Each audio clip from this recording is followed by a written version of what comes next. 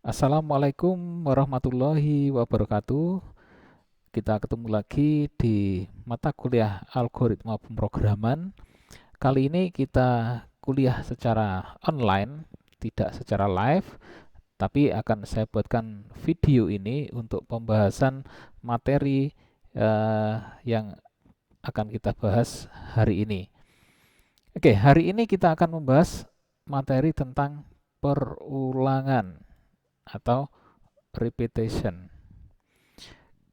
Kalau sebelumnya, ya, di pertemuan sebelumnya kita sudah membahas dua algoritma, yaitu runtunan dan juga percabangan. Nah, hari ini kita akan bahas lebih jauh mengenai perulangan. Oke, sebenarnya perulangan itu apa sih? Nah, ini perulangan adalah salah satu kelebihan komputer dalam kemampuan untuk mengerjakan pekerjaan yang sama secara berulang kali tanpa mengenal lelah. Dan kelebihannya lagi, programmer tidak perlu menuliskan instruksi yang sama berulang kali. Ya, jadi kalau komputer kita minta bantuan untuk mengerjakan sesuatu, saya kira komputer tidak akan mengenal lelah. Ya, kelebihan lagi kalau di sini kita menyuruh komputer, kita juga nggak harus berulang-ulang menyuruhnya. Mungkin bisa sekali meminta bantuan komputer, bisa dikerjakan berkali-kali oleh komputer. Perulangan merupakan kegiatan mengerjakan sebuah atau sejumlah aksi, instruksi, atau pernyataan yang sama sebanyak jumlah yang ditentukan atau sesuai dengan kondisi yang diinginkan oleh pembuat program. Konsep perulangan adalah melakukan suatu instruksi, bahkan aksi secara berulang-ulang. Komputer memiliki performansi yang sama atau konsisten, sedangkan manusia punya kecenderungan untuk melakukan kesalahan karena mungkin lelah atau bosan atau ngantuk. Ya. Jadi kalau uh, manusia cenderungnya bisa terjadi kesalahan. Kenapa harus berulang-ulang dan kenapa algoritma ini diperlukan? Ya. Dan kapan perulangan berhenti? Nah, jadi dalam kehidupan ini juga seringkali kita melakukan hal yang berulang-ulang, aktivitas yang berulang-ulang.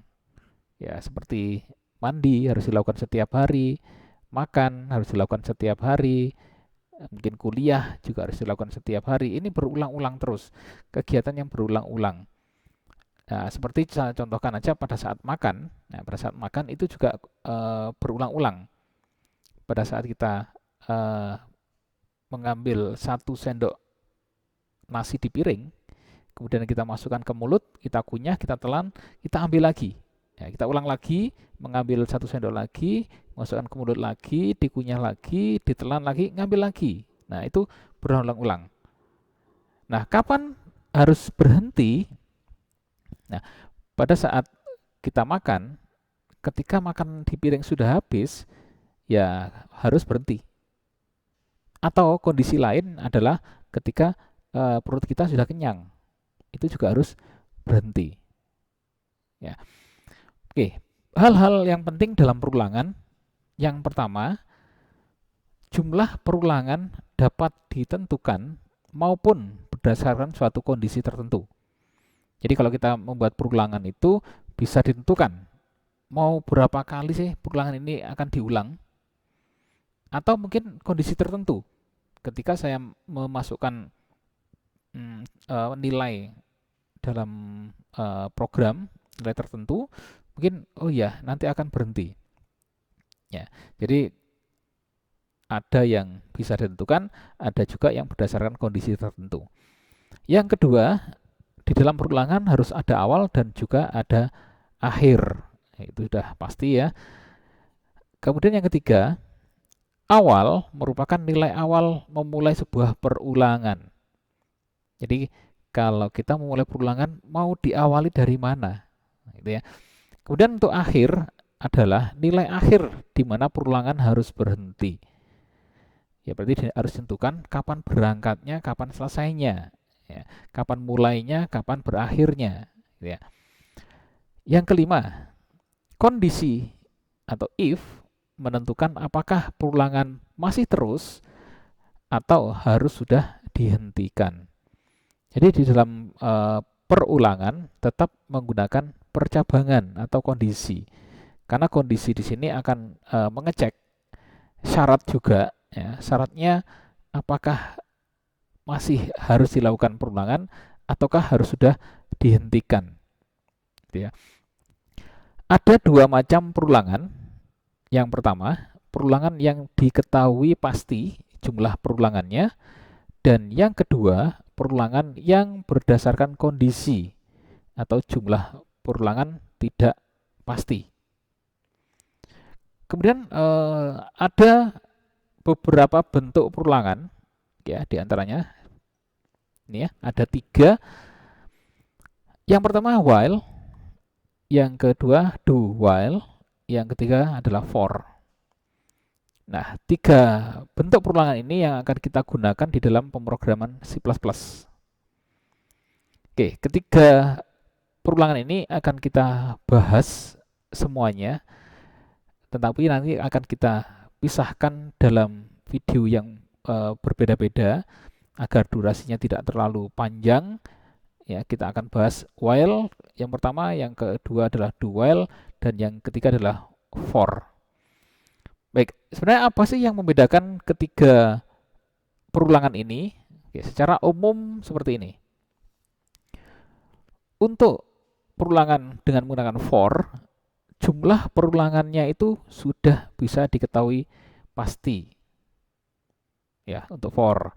Sedangkan untuk while dan do while, jumlah perulangannya itu belum diketahui dengan pasti, karena bisa saja perulangan itu akan berhenti berdasarkan kondisi tertentu. Ya. Baik, kita akan membahas yang pertama adalah bentuk perulangan while.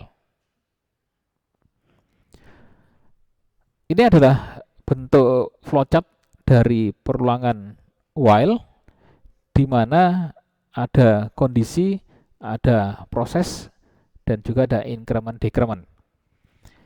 Ciri-ciri dari perulangan while yang pertama, jumlah perulangan tidak diketahui pasti atau berdasarkan kondisi. Yang kedua, ada kondisi awal dan juga ada kondisi akhir. Yang ketiga, pengecekan kondisi berada di awal. Nah, ini kondisinya ada di atas, ini berarti mengecek kondisinya ada di awal.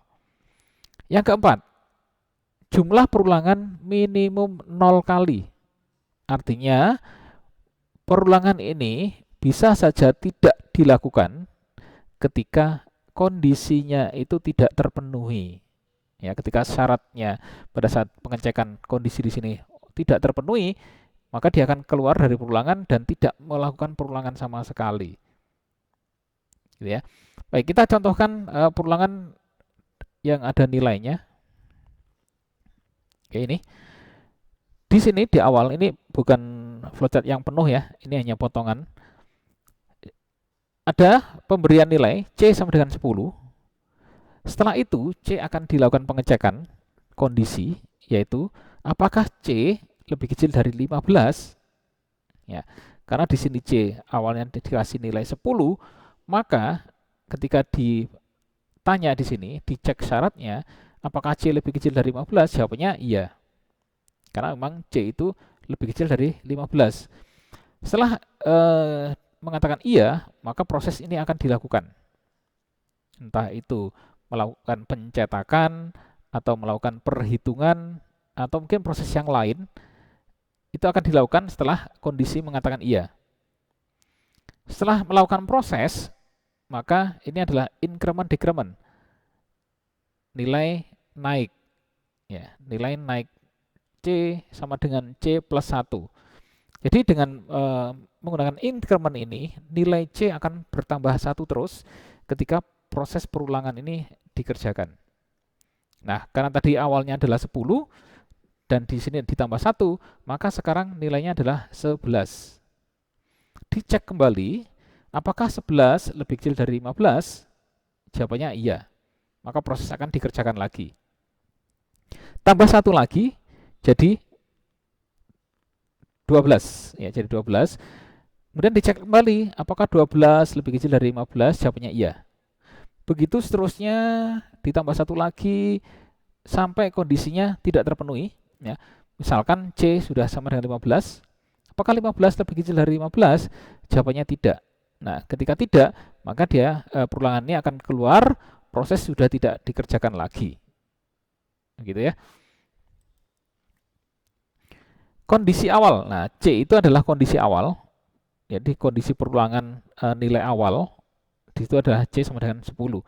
Kemudian itu adalah kondisi akhir di mana perulangan itu harus berhenti di syarat ya, di syarat C lebih kecil 15. Selama C masih kecil dari 15, maka perulangan akan terus dilakukan. Oke, berikutnya itu adalah statement yang diulang, proses yang diulang-ulang. Dan berikutnya adalah increment decrement. Ya, increment itu nilai naik, decrement itu nilai turun. Kalau increment berarti di sini ya, C sama dengan C plus 1. Kalau decrement berarti C sama dengan C min 1. Jadi kalau decrement dikurangi, kalau increment ditambah. Oke. Ini adalah bentuk program ya, bentuk program nilai awal ya, nilai awal dikasih nilai awal berapa gitu ya. Kemudian di sini mengecekkan kondisi. Ya, bisa seperti ini kondisinya ya. Selama C, kalau ini ya tadi ya, selama C masih lebih kecil dari 15, maka statement ini kerjakan. Gitu. Setelah mengerjakan statement, tambahkan kalau increment, kurangkan kalau decrement. Setelah itu baru kembali lagi, apakah kondisi masih lebih kecil dari 15? Jika iya, kerjakan lagi statementnya. Begitu seterusnya sampai kondisi tidak terpenuhi. Nah, oke, ini adalah contoh programnya, tapi bukan program penuh, hanya potongan saja. Ini adalah deklarasi variabel yang namanya tinggi diberi angka 1, nilainya 1. While selama tinggi lebih kecil, masih lebih kecil dari 10, maka lakukan ini, pencetakan. Ya, pencetakan tinggi plus 1. Ini adalah incrementnya tinggi plus plus. Nah, karena ditambah 1, berarti tinggi, kalau awalnya 1, sekarang jadi 2. Ya, dicek apakah 2 lebih kecil dari 10, jawabannya iya, cetak ini lagi. Tambah lagi 1, cek lagi, gitu seterusnya sampai kondisinya tidak terpenuhi. Ya. Berikutnya. Kemungkinan yang terjadi pada perulangan while. Ya, jadi ada dua kemungkinan yang terjadi dengan menggunakan perulangan while ini. Yang pertama, infinite loop, yaitu statement akan diulang secara terus-menerus tanpa ada akhir. Ya, bisa dikatakan kondisi pertama ini bisa saja error, mungkin salah coding, sehingga perulangan ini dilakukan terus-menerus tanpa henti. Nah, kalau syaratnya tadi harusnya ada awal, ada akhir. Kalau perulangannya terus-menerus dilakukan, berarti programnya ada yang tidak beres. Ya. Yang kedua, kemungkinan yang kedua adalah perulangan tidak berjalan atau minimum 0 kali jika kondisi tidak terpenuhi. Nah, yang kedua ini bukan error ya, memang kondisinya tidak terpenuhi. Ya, jadi perulangan tidak akan dijalankan karena syaratnya tidak terpenuhi. Oke, contoh ya. Oke, di sini ada dua contoh. Contoh yang pertama, while dalam kurung 1, print teks ini muncul terus. Nah, kalau kita membuat program dengan perintah while yang seperti ini, maka perintah ini akan dijalankan terus-menerus tanpa henti. Ya, ini contoh yang nomor 1, infinite loop tadi. Dan sedangkan contoh yang kedua ini, integer progress sama dengan 100.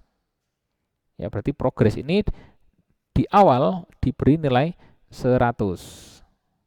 Nah, setelah itu menggunakan while, While atau perulangan akan berjalan terus selama progres lebih kecil dari 100. Ya, ini syaratnya ya. Ketika progres lebih kecil dari 100, maka perulangan ini akan dijalankan. Ya. Oke. Kalau kita lihat syarat di sini, maka ini tidak terpenuhi. Kenapa kok tidak terpenuhi? Karena nilai progres di awal sudah dikasih 100. Di mana 100 itu tidak lebih kecil daripada 100. Ya, berarti 100 itu sama dengan 100, bukan lebih kecil. Ya. Karena syaratnya tidak terpenuhi, maka print ini atau statement ini tidak akan dikerjakan lagi oleh perulangan. Ya. Jadi ini tidak sama sekali tidak dikerjakan oleh perulangan ini. Itu artinya minimum 0 kali. Ya. Karena tidak cocok ya syaratnya enggak sesuai, maka print ini tidak dikerjakan dan perulangan harus berhenti. Oke ya. Baik, ini ada latihan bisa kita coba. Ya, sebenarnya ada tiga latihan, 3 soal yang mungkin akan saya coba satu, mungkin yang lain bisa dicoba sendiri. Buatlah flowchart untuk kasus berikut. Oke, yang nomor 1, menampilkan angka dengan hitungan mundur dari angka 99 sampai angka 0. Jadi perintah dalam soal ini adalah menampilkan angka 99 secara urut ke bawah atau urut menurun dari 99 sampai 0. Bagaimana algoritmanya, bagaimana flowchartnya? Nah, kita coba praktekkan. Ya, saya bantu untuk membuatkan flowchart yang nomor 1 ini. Oke, saya akan beralih ke aplikasi ini, flowchart, ClickChart. Baik, ini adalah aplikasi yang saya pakai untuk membuat flowchart. Namanya adalah ClickChart Profesional. Ya. Dengan menggunakan aplikasi ini mungkin akan lebih mudah dalam membuat flowchart. Baik, saya mulai aja langsung. Ketika pertama kali membuat flowchart berarti harus menggunakan simbol ini ya, start. Ya, start ini. Oke, saya kecilkan aja. Kemudian bisa langsung ditulis teks.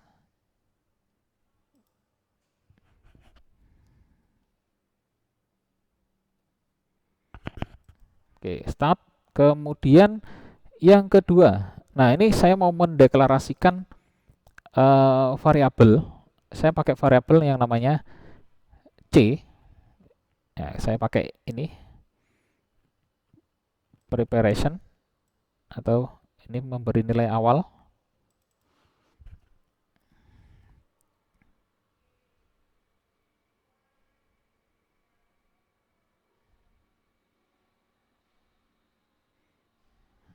Oke, di situ saya tuliskan int c sama dengan 99.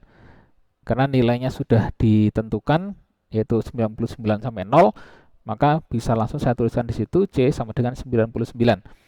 Oke, berikutnya kita gunakan ini.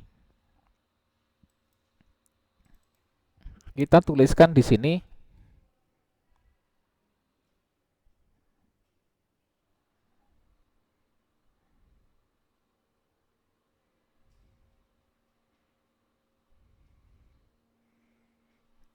gitu ya. If C lebih besar sama dengan 0. Nah, ini artinya apakah C lebih besar sama dengan 0? Nah, ini syaratnya. Oke, berikutnya. Saya gunakan ini untuk statement. Nah, statementnya adalah mencetak.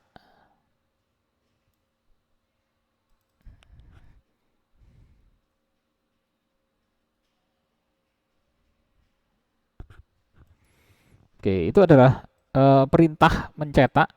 Saya buat seperti itu di dalam flowchartnya. Cetak C. Setelah mencetak, karena tadi adalah menurun nilainya ya, kita pakai decrement. Decrement itu saya gambarkan pakai ini proses.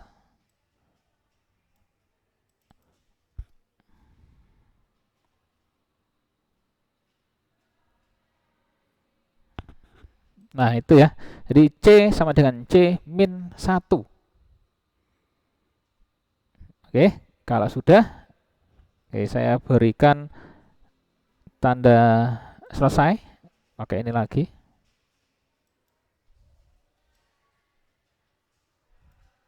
Saya tuliskan N.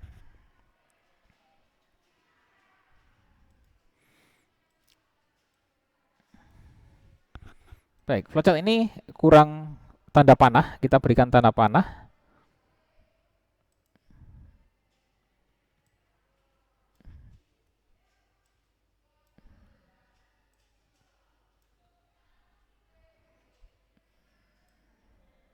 Nah, ketika kita menemukan simbol kondisi seperti ini, atau belah ketupat seperti ini keluarnya harus 2. Ya, inputnya 1, keluarnya harus 2. Kenapa kok 2?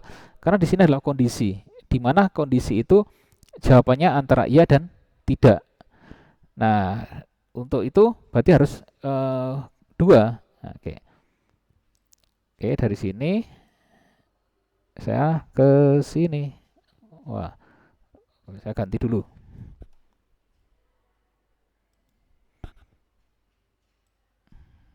Oke, mungkin seperti ini lebih bagus.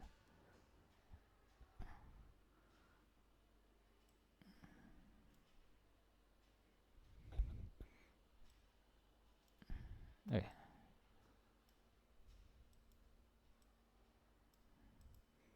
hmm,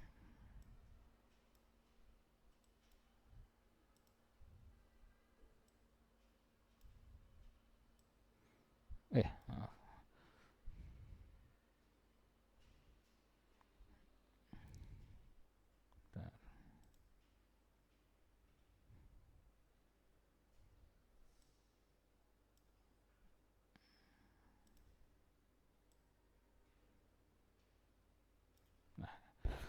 Oke.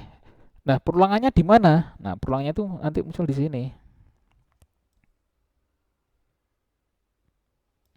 Nah, oke, seperti ini. Coba kita baca, kita coba apa ya, melakukan pembacaan flowchart. Apakah benar hasilnya nanti akan keluar angka 99 sampai dengan 0, ya. Oke, pertama ada variabel C yang bernilai 99. Setelah itu di sini apakah C lebih besar sama dengan 0? Jawabannya adalah iya. Nah, maka di sini harus dituliskan iya gitu ya. Atau betul. Oke, saya tulis T atau true di sini ya. Ya, berarti satunya adalah F atau false. False-nya di mana?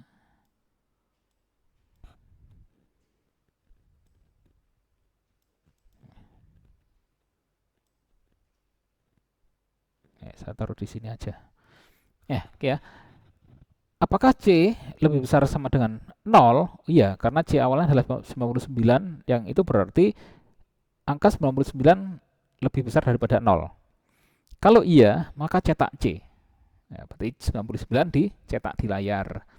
Setelah itu, C akan dikurangi 1, jadi 98. Apakah C atau 98 itu masih lebih besar daripada 0? Jawabannya iya, jadi cetak lagi 98. Kurang lagi 1, 97. Apakah 97 masih lebih kecil daripada masih lebih besar daripada 0? Jawabannya iya. Itu terus ya, itu terus sampai kondisinya 0. Apakah 0 lebih besar sama dengan 0? Jawabannya iya. Ya, karena masih sama dengan. Ya, 0 itu sama dengan 0. Maka cetak lagi di sini adalah 0. Kurangi lagi jadi min, ya, min 1. Apakah min 1 lebih besar sama dengan 0? Jawabannya tidak. Nah, karena tidak, maka flowchart ini akan mengalir ke sini dan selesai. gitu ya. Jadi proses pencetakan angka 99 ke 0 akan berakhir ketika kondisinya memang tidak terpenuhi. Oke, itu flowchart dari latihan nomor 1. Oke, saya kembali ke materi. Oke, kita kembali ke sini. Nah, ada 2 soal yang belum dicontohkan. Silahkan dicoba sendiri. Kalau ada kesulitan, silahkan konsultasi dengan saya, bisa melalui e-learning atau WhatsApp. Baik, untuk pembahasan perulangan while, saya cukupkan sekian ya. Kita akan lanjut di video berikutnya. Kita akhiri terlebih dahulu.